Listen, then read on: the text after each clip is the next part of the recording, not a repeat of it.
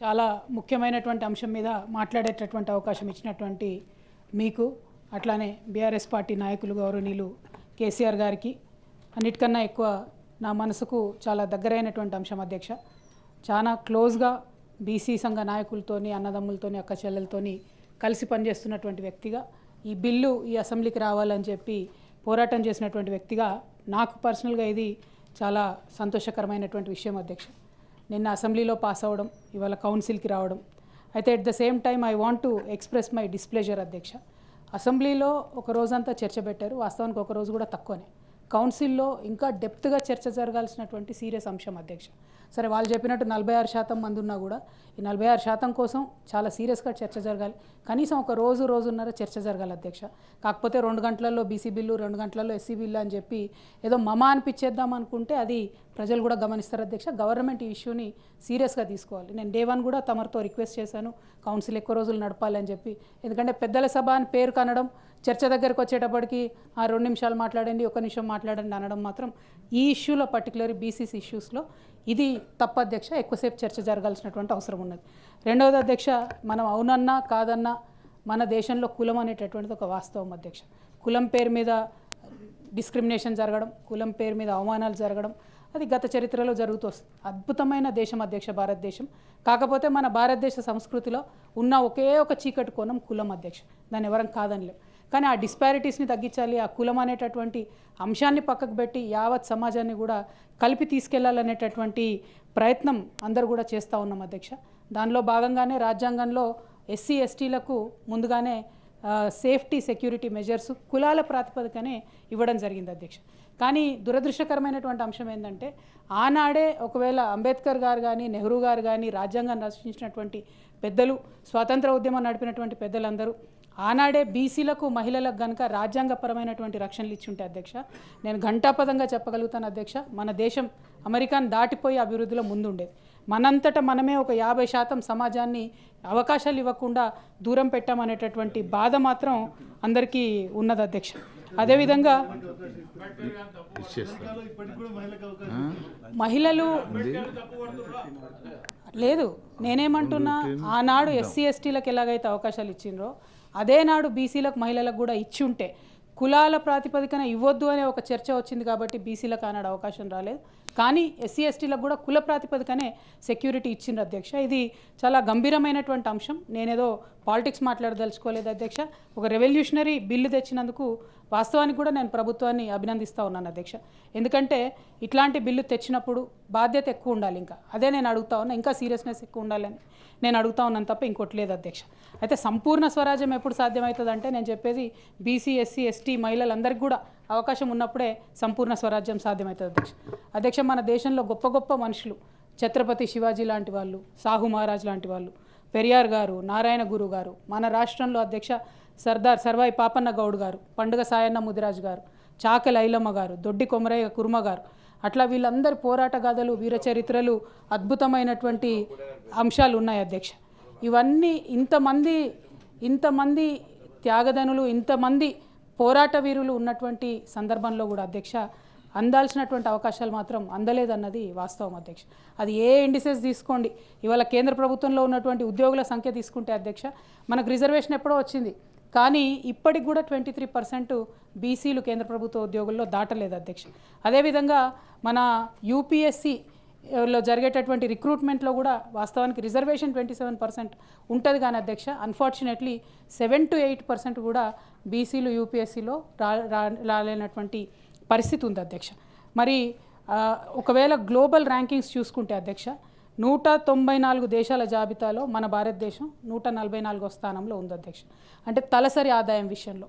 కానీ దేశ తలసరి ఆదాయం వర్సెస్ బీసీల తలసరి ఆదాయం చూసుకున్నట్లయితే అధ్యక్ష అసలు $2,500 పర్ హెడ్ మనది కంట్రీలో ఉంటే బీసీలకు ఉండేటటువంటి పర్ క్యాపిటల్ ఇన్కమ్ అధ్యక్ష $500 కూడా లేదు. అంటే అసమానతలు, ఇందాక అన్న ఏవిఎన్ రెడ్డి గారు అద్భుతంగా మాట్లాడారన్న, అసమానతలు మన దేశంలో ఎట్లా ఉన్నాయనేటటువంటి అంశం. మరి దీనికి కారణం ఎట్లా అధ్యక్ష? మన దేశంలో సంపదను చూసినట్టయితే 50% జనాభా ఉన్న బీసీల దగ్గర కేవలం 15% మాత్రమే సంపద ఉంది అధ్యక్ష. ఎందుకు వచ్చింది ఈ అసమానతలు అని అంటే డెఫినెట్గా ప్రపంచీకరణ జరిగింది అధ్యక్ష, పారిశ్రామికీకరణ జరిగింది, సాంకేతిక పురోభివృద్ధి జరిగింది. అయితే ఈ బీసీ అని కాన్సెప్ట్ మనం లూజ్గా వాడుతున్నాం, కానీ ఈ బీసీలలో భిన్న వృత్తుల సమాహారం ఉన్నటువంటి వ్యక్తులు ఉంటారు అధ్యక్ష. ఒకటే టైప్ వ్యక్తులు ఉన్నారు, అన్ని వృత్తులు చేసినటువంటి వాళ్ళందరూ ఉంటారు. కాబట్టి ఎప్పుడైతే ప్రపంచీకరణ జరిగిందో, ఎప్పుడైతే పారిశ్రామికరణ జరిగిందో, ఇండస్ట్రియలైజేషన్ జరిగిందో అధ్యక్ష, ఎప్పుడైతే సాంకేతిక పురోభివృద్ధి జరిగిందో అప్పుడు శ్రమ, పెట్టుబడి, ఉత్పత్తి ఇవి ప్రధానంగా జరిగి గ్రామాల్లో ఉన్నటువంటి సాంప్రదాయ వృత్తులన్నీ పోయి అందరూ కూడా పట్టణాలకు వలసలు వచ్చేటటువంటి పరిస్థితి వచ్చింది. నిన్న కూడా ఇక్కడ సోదరులు ఒకరు మాట్లాడుకుంటూ మరి విశ్వకర్మలకు భయంకరమైన పరిస్థితి ఉంది, చాలా పెద్ద ఎత్తున ఇండస్ట్రీస్ వచ్చినాయి, షాప్స్ వచ్చినాయి, ఇప్పుడు వాళ్ళకి లేవని చెప్పి. సో ఏవైతే ట్రెడిషనల్ ఆదాయ వనరులు ఉంటాయో అధ్యక్ష అవన్నీ కూడా కోల్పోయినటువంటి పరిస్థితి అధ్యక్ష. మరి ఈ సందర్భంలో చూసుకుంటే మరి మనము భారత ప్రభుత్వం కావచ్చు, రాష్ట్ర ప్రభుత్వం కావచ్చు, మరి వీళ్ళకి ఎంతవరకు లోన్స్ ఇచ్చినాం, ఎంతవరకు ఫైనాన్షియల్గా ఎంపవర్ చేసినామంటే నిజంగా మహేష్ గౌడ్ అన్న చెప్పినట్టు అన్ని పార్టీలు అన్ని సార్లు కూడా అన్యాయమే జరిగింది అధ్యక్ష. ఎందుకు అన్యాయం జరిగింది అని అంటే నేను బలంగా నమ్మేటటువంటి విషయం, ఇండివిజువల్గా ఒక వ్యక్తి ఒక సమూహం అనేది ఎదగడం అనేది డెమోక్రటిక్ కంట్రీస్లో కష్టమవుతుంది అధ్యక్ష. Until and unless constitutional protection ఉంటే తప్పితే అది సాధ్యం కాదు. బీసీలకు కాన్స్టిట్యూషనల్ ప్రొటెక్షన్ లేకపోవడం, మా మహిళలకు కాన్స్టిట్యూషనల్ ప్రొటెక్షన్ లేకపోవడం వల్లనే ఈ విస్మరణ అన్నది జరిగిందని చెప్పి నేను బలంగా నమ్ముతా ఉన్నాను అధ్యక్ష. మరి ఇవాళ జరగాల్సింది అదే, కాన్స్టిట్యూషనల్ ప్రొటెక్షన్ రావాలి అధ్యక్ష. ఎందుకంటే బాబాసాహెబ్ అంబేద్కర్ గారు ఒక మాట చెప్తారు అధ్యక్ష, ప్రజాస్వామ్యంలో రాజకీయ అధికారమే అన్ని సమస్యలకు పరిష్కారం అని చెప్తారు అధ్యక్ష. అది ఎవరికన్నా కావచ్చు, జిస్కి లాఠీ ఉస్కి బేస్ అంటారు అధ్యక్ష. ఎవరి దగ్గర అధికారం ఉంటే వాళ్ళ సమూహాలకు ఎక్కువ లాభం జరుగుతుంది, అందులో అనుమానం ఏం లేదు. కాబట్టి ఇప్పుడు తరుణం వచ్చింది అధ్యక్ష. ఇవాళ బీసీలందరూ కూడా ఒక మాట అడుగుతూ ఉన్నారు, మాకు ఆత్మగౌరవం కావాలి, మాకు అధికారం కావాలి, మాకు ఆర్థికంగా స్వతంత్రం కావాలి. ఈ 3 అంశాలను కూడా ముందుకు తీసుకొని అందరు కూడా పోరాటం చేస్తున్నారు అధ్యక్ష. మరి బీసీల యొక్క చాలా బాధాకరమైన పరిస్థితి, ఎస్సీల బాధాకరమైన పరిస్థితి, ఓవరాల్గా దేశంలో ఉన్న పేదరికాన్ని చూసి మా జగిత్యాల కవి అధ్యక్ష అలిశెట్టి ప్రభాకర్ అని ఒక మాట అంటాడంటే యాప్ట్గా సరిపోతుంది అనమాట ఈ అంశానికి.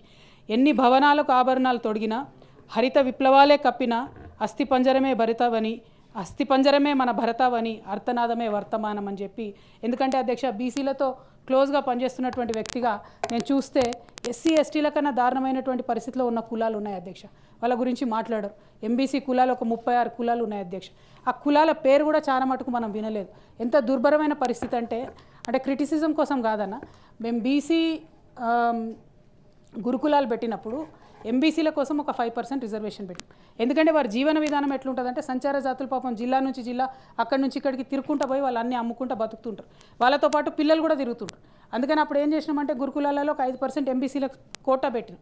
మరి ఈ ప్రభుత్వం వచ్చినాక ఎవరు అడ్వైజ్ చేసిరో ఏందో ఆ కోటాను ఎత్తేసిరు అధ్యక్ష. ఇప్పుడు ఆ పిల్లల పరిస్థితి ఏముంటుందంటే ఒక ఇయర్ ఎడ్యుకేషన్ వస్తుంది, ఇంకో ఇయర్ ఎడ్యుకేషన్ ఎక్కడ పోవాలనేటటువంటి పరిస్థితి ఉన్నది. సో అంటే ఇట్లా చిన్న చిన్న అంశాలు. No sir, it is a fact sir, you can check it up and రిప్లైలో చెప్పండి దయచేసి, నేనేం కాదండి. అయితే అధ్యక్ష ఇట్లా చిన్న చిన్న అంశాల పట్ల శ్రద్ధ మనము పెట్టకపోయినట్టయితే ఈ సమూహాలకు నష్టం జరిగేటటువంటి ఆస్కారం పెద్ద ఎత్తున ఉంది అధ్యక్ష. మరి ఇట్లా జరుగుతుందన్న విషయాన్ని దాదాపు 1950లలోనే చర్చకు వచ్చింది అధ్యక్ష. చర్చకు వచ్చి చాలామంది మరి కొన్ని వర్గాలను మనం అడ్రస్ చేస్తలేమో, బీసీలను అడ్రస్ చేస్తలేమంటే మొదటి కమిషన్ వేసిండ్రు అధ్యక్ష. కాలేల్కర్ కమిటీ అనేటటువంటిది 1953లో వేసిండ్రు అధ్యక్ష. వేసిన తర్వాత రిపోర్ట్ వచ్చింది 1955లో, 2 సంవత్సరాల తర్వాత కాలేల్కర్ గారు బాగా కష్టపడి రిపోర్ట్ ఇచ్చిండ్రు. అందులో 2399 బీసీ కులాలు ఉన్నాయి, 837 మోస్ట్ బ్యాక్వర్డ్ కమ్యూనిటీస్ ఉన్నాయని చెప్పి వారు డీటెయిల్స్ ఇచ్చిండ్రు అధ్యక్ష.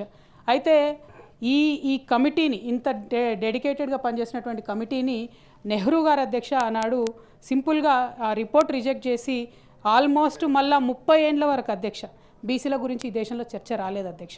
ఆ కమిటీ, కాలేల్కర్ కమిటీని పక్కన పడేసిందే కాంగ్రెస్ గవర్నమెంట్ అధ్యక్ష. ఆ తర్వాత రెండో కమిషన్ వచ్చింది అధ్యక్ష, అది జనతా పార్టీ మొరార్జీ దేశాయ్ గారు వచ్చిన తర్వాత వేసినారు అధ్యక్ష. కాంగ్రెస్ వాళ్ళు వేయలేదు, అది బీపీ మండల్ అధ్యక్ష. అయితే బీపీ మండల్ కమిషన్ అధ్యక్ష టాపికే బీసీల రిజర్వేషన్ అధ్యక్ష, టాపికే బీసీల రిజర్వేషన్. అయితే బీపీ మండల్ కమిషన్ వేసిండ్రు అధ్యక్ష. వేసిన తర్వాత ఏం జరిగింది, ఆ రిపోర్ట్ వచ్చింది. ఇందిరాగాంధీ గారు 10 సంవత్సరాలు ఆ రిపోర్టు భద్రంగా బీరువాలో పెట్టిండ్రు, కానీ దాన్ని ఇంప్లిమెంటేషన్ చేయలేదు అధ్యక్ష.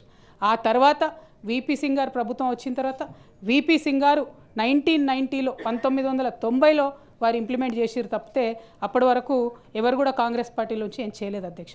1990లో వీపీ సింగ్ గారు ఇంప్లిమెంట్ చేస్తే అధ్యక్ష on the floor of the parliament Rajiv Gandhi గారు నిలబడి 1.5 గంటల సేపు బీసీలకు వ్యతిరేకంగా ఉపన్యాసం ఇచ్చిండ్రు అధ్యక్ష. ఈ దేశం ఇచ్చిన ఉందధ్యక్ష, పార్లమెంట్ రికార్డ్స్ ఉన్నాయి, నేను చెప్తా కదా. ఈ దేశం విచ్ఛిన్నమవుతుంది బీసీలకు ఇట్లా రిజర్వేషన్లు ఇస్తే బీపీ మండల్ కమిషన్కి వ్యతిరేకంగా మాట్లాడినటువంటి పార్టీ కాంగ్రెస్ పార్టీ అధ్యక్ష. అదేవిధంగా అధ్యక్ష 1993లో ఈ పోరాటాల ఫలితంగా బీపీ మండల్ కమిషన్ కోసం హింస చెలరేగింది దేశవ్యాప్తంగా. అదంతా జరిగిపోయిన తర్వాత 27% జాబ్స్లలో రిజర్వేషన్ వచ్చింది అధ్యక్ష. కానీ 2006 వరకు కూడా అధ్యక్ష మనకు ఎడ్యుకేషన్ ఇన్స్టిట్యూట్స్లో కొన్ని ఇన్స్టిట్యూట్స్ అయితే 2008 వరకు కూడా రిజర్వేషన్ ఇవ్వలేదు అధ్యక్ష.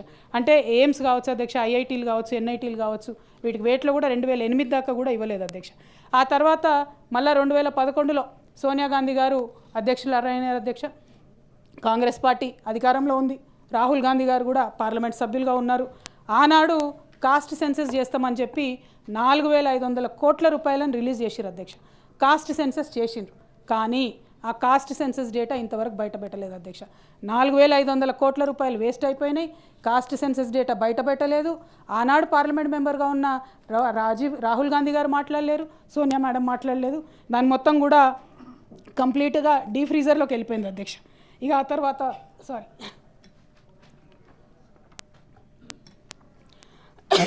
ఇవాళ రాహుల్ గాంధీ గారు మరి మనమెంతో మనకంతా ఓబీసీల లెక్క తీయాలి అని అంటే 2011లో చేసిన లెక్కలు ఉన్నాయి అధ్యక్ష. కానీ వాటిని మాత్రం బయటపెట్టినటువంటి పరిస్థితి ఉంది. ఎందుకు ఈ మాట చెప్తా ఉంటానంటే అన్న, బీసీలకు జరిగినటువంటి అన్యాయాన్ని మనం ఒకసారి తలుచుకుంటేనే ఇప్పుడు పెడుతున్నటువంటి బిల్లును ఎట్లా పాస్ చేసుకోవాలా, దానికోసం ఏం ఫైట్ చేయాలనేటటువంటి ఆలోచన వస్తుంది అధ్యక్ష. కాబట్టి కాంగ్రెస్ హయాంలో సోనియా గాంధీ, రాహుల్ గాంధీ గారి వరకు కూడా ఈ డిస్కషన్ అయింది అధ్యక్ష. ఆ తర్వాత 2017లో అధ్యక్ష మళ్ళొక కమిషన్ బీజేపీ వచ్చిన తర్వాత రోహిణి కమిషన్ అని వేసినారు అధ్యక్ష. ఇదేదో బీసీల ఎంపవర్మెంట్ కోసమో ముందుకోవడానికి వేయలేదు అధ్యక్ష. ఎంత విచిత్రం అంటే ఈ దేశంలో అప్పటి వరకే 27% ఏదైతే రిజర్వేషన్ ఇచ్చిండ్రో ఆ రిజర్వేషన్లో బీసీలలో ఉన్న ఏ కులాలకు ఎన్ని ఉద్యోగాలు వచ్చినాయని లెక్కలు పెట్టడానికి రోహిణి కమిషన్ వేసినారు అధ్యక్ష. అంటే వచ్చినటువంటి వాళ్ళకే గొడవలు పెట్టాలి బీసీలకే అనేటటువంటి కాన్సెప్ట్తో రోహిణి కమిషన్ వేసిన తప్పితే బీసీల ఎంపవర్మెంట్ కోసం వేసినట్టుగా అనిపించలేదు అధ్యక్ష. ఆ తర్వాత ఇక ఎక్స్టెన్షన్ల మీద ఎక్స్టెన్షన్ల అధ్యక్ష 11-12 సార్లు ఆ కమిషన్ ఎక్స్టెన్షన్ ఇచ్చిరు, దాని రిపోర్ట్ రాలేదు, ఏం కాలేదు, అది పోలేదు. ఇక అవన్నీ దేశంలో జరుగుతున్నటువంటి సందర్భంలో బీసీల మీద డిస్కషను, మన రాష్ట్రంలో కూడా బీసీలకు సంబంధించినటువంటి ఒక విప్లవం లాగా ప్రతి ఒక్కరు మాకు మంచి జరగాలని కోరుకోవడం దాంతో ప్రారంభమైంది అధ్యక్ష. అదేవిధంగా కాంగ్రెస్ పార్టీ అధికారంలోకి వచ్చే ముందు కామారెడ్డి డిక్లరేషన్లో 42% మేము ఇస్తాం రిజర్వేషన్లు అని చెప్పడంతో ఒక ఆశ పుట్టింది అధ్యక్ష ఎవరికైనా కూడా. So discussion start.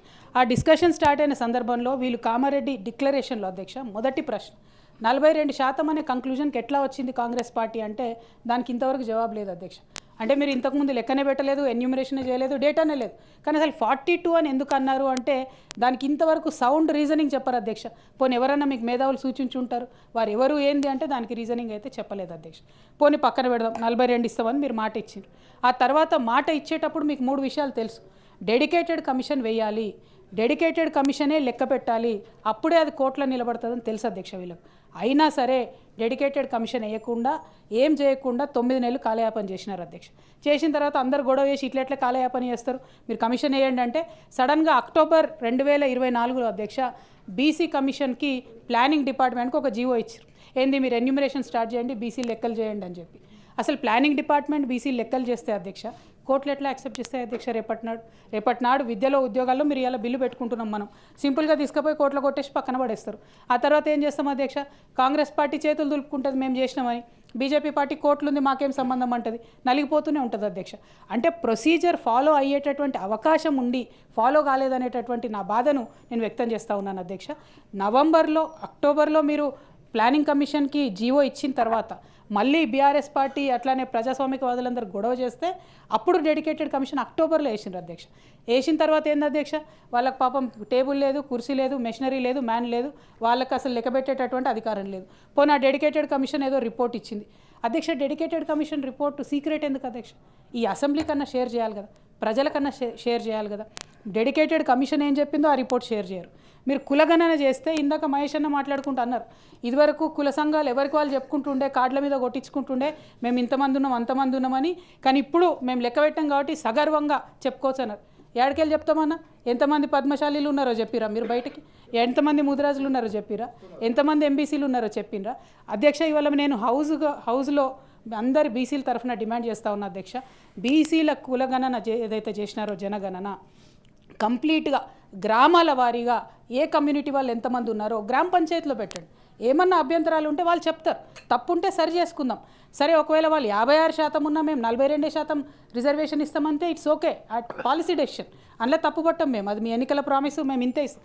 కానీ లెక్కలు తప్పు చెప్పడం వల్ల ఫ్యూచర్ జనరేషన్స్కి ఇబ్బంది అవుతుంది. అది విద్యలో ఇబ్బంది అవుతుంది, రేపు పొద్దున ఎంప్లాయ్మెంట్లో ఇబ్బంది అవుతుంది, ప్రమోషన్ల విషయంలో వచ్చినప్పుడు ఇబ్బంది అవుతుంది, మనమే మోసం చేసుకోవడం అవుతుంది తప్పితే ఇంకోటి కాదు. కాబట్టి ఖచ్చితంగా భూసాని కమిషన్ రిపోర్టు టేబుల్ చేయాలి అధ్యక్ష. కులగణన వివరాలను కూడా గ్రామ పంచాయతీల వారీగా టేబుల్ చేయాలని చెప్పి నేను డిమాండ్ చేస్తూ ఉన్నాను అధ్యక్ష.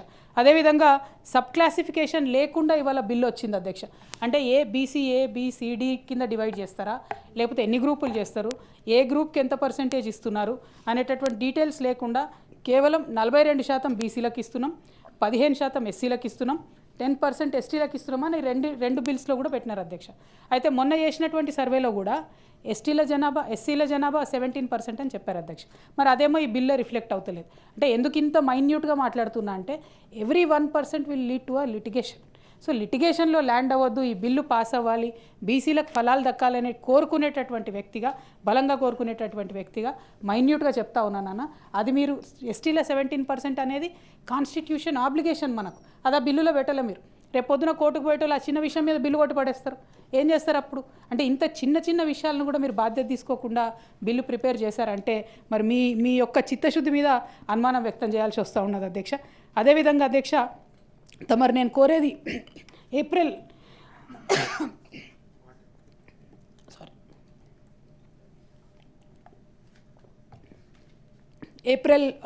11th రోజు పూలే గారి జయంతి వస్తుంది అధ్యక్ష. అసెంబ్లీలో పూలే గారి విగ్రహం పెట్టాలనేటటువంటి డిమాండ్ను మళ్ళీ ఒకసారి నేను ప్రభుత్వం దృష్టికి తీసుకొని వస్తూ ఉన్నాను అధ్యక్ష.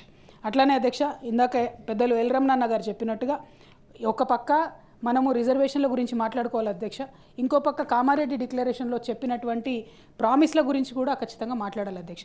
ఎందుకంటే చర్చ జరుగుతున్నటువంటి సందర్భంలో ఖచ్చితంగా అన్ని అంశాలు కూడా మాట్లాడతాం అధ్యక్ష. అందులో ప్రధానమైనటువంటి అంశం బీసీ సబ్ ప్లాన్ అనేటటువంటి అంశం. డెఫినెట్గా బీసీ సబ్ ప్లాన్ ఉంటేనే అలొకేట్ చేసినటువంటి ఫండ్స్కి ప్రొటెక్షన్ ఉంటుంది అధ్యక్ష. కాబట్టి బీసీ సబ్ ప్లాన్ వేయాలని బీఆర్ఎస్ పార్టీ తరఫున మేము డిమాండ్ చేస్తూ ఉన్నాం అధ్యక్ష. అట్లానే బీసీలకు బడ్జెట్లో 20,000 కోట్లు పెడతాము, 5 ఏళ్లలో 1,00,000 కోట్లు పెడతామని చెప్పారు అధ్యక్ష. క్రితంసారి 9,200 కోట్లు పెట్టినారు అధ్యక్ష. సరే, first year of the government, benefit of doubt ఇవ్వచ్చు అధ్యక్ష. కాబట్టి ఈ 9,200 కోట్లలో ఎట్లా ఖర్చు అయింది, ఏం ఖర్చు అయింది అన్నటువంటి వివరాలు ఈసారి బడ్జెట్లో పెట్టి అది మొత్తం కాంపెన్సేట్ చేస్తూ మిగతా అమౌంట్ ఈసారి బీసీల కోసం బడ్జెట్లో పెట్టాలని చెప్పి నేను రిక్వెస్ట్ చేస్తూ ఉన్నాను అధ్యక్ష. అట్లానే అధ్యక్ష, ఇప్పుడు మన గౌడ్స్ ఉన్నారు అధ్యక్ష, వాళ్ళందరూ కూడా డిమాండ్ చేస్తూ ఉన్నారు.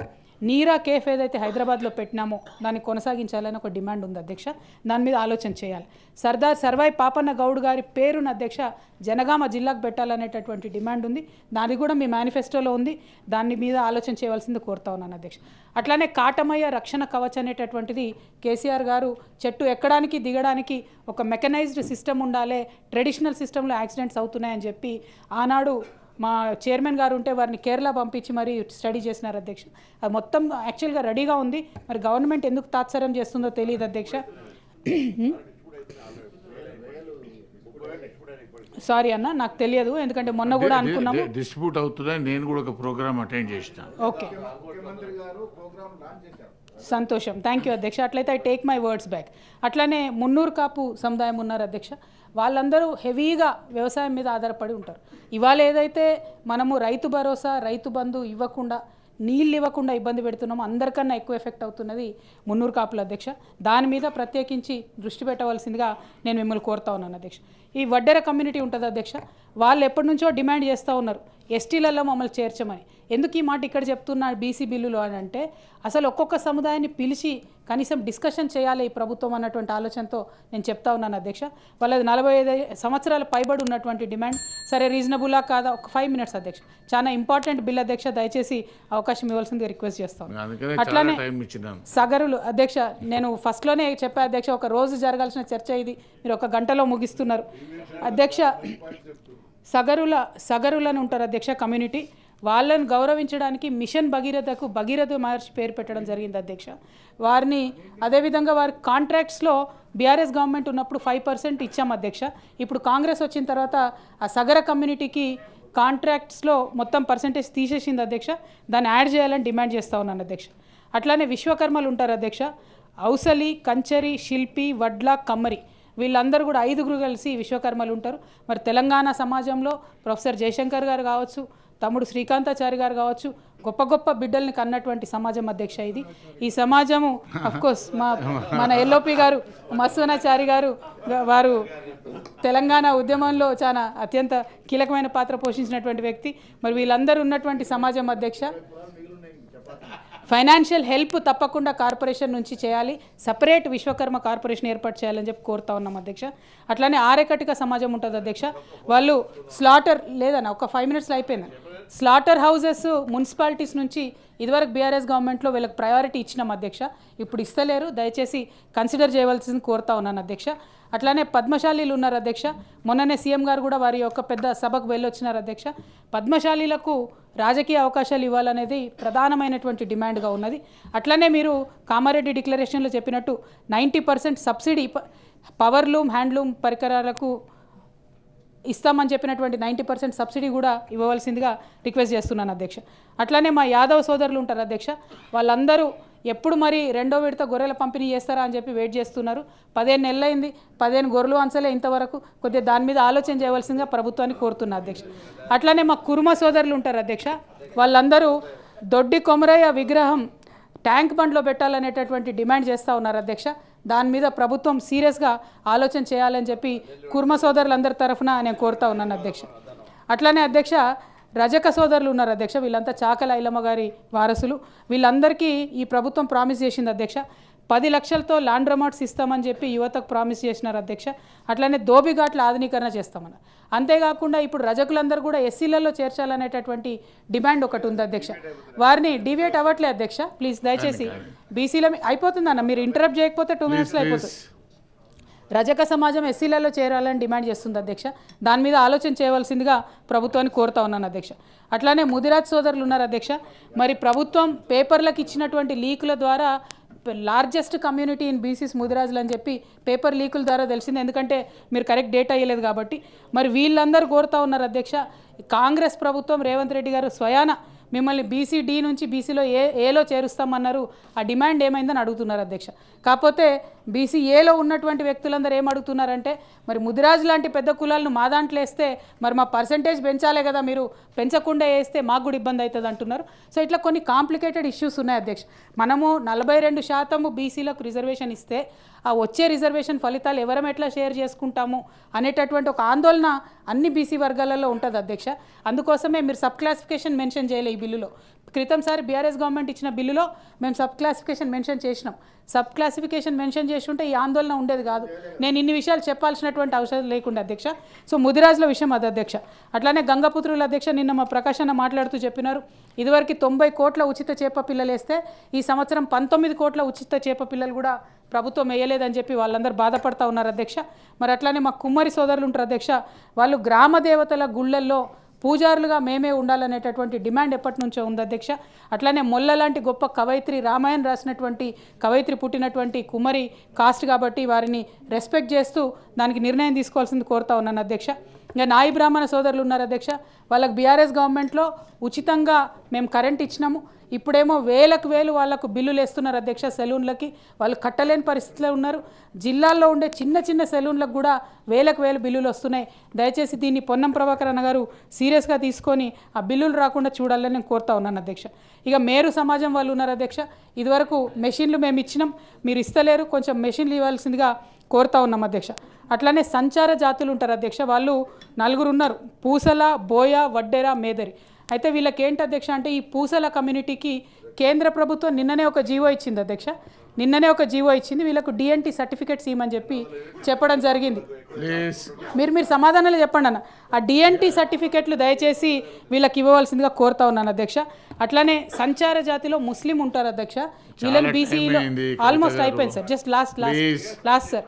సంచార ముస్లిమ్స్ ఉంటారు అధ్యక్ష. ఇంపార్టెంట్ బీసీఈలో ఒకటే అన్న బీసీఈలో వాళ్ళు ఉన్నారు అధ్యక్ష. వాళ్ళకి ఇచ్చే ప్రతి స్కీమ్లో కూడా 10th క్లాస్ పెడుతున్నారు అధ్యక్ష. 10th క్లాస్ చదువుకున్న వాళ్ళు కూడా ఎవరు లేరు. దయచేసి ఆ నిబంధన తీసేసి అవసరం ఉన్న వాళ్ళకు ఇచ్చేటట్టుగా వాళ్ళకి స్కీమ్లు డిజైన్ చేయవలసిందిగా నేను తమరి ద్వారా కోరుతా ఉన్నాను అధ్యక్ష. ఇక ఎంబీసీలు చాలామంది ఉన్నారు అధ్యక్ష, చాలా కమ్యూనిటీస్ ఉన్నాయి, 36 కులాలు ఉన్నాయి. వాళ్ళకి సపరేట్ మినిస్ట్రీ పెడతామని చెప్పి మీరు చెప్పినారు అధ్యక్ష.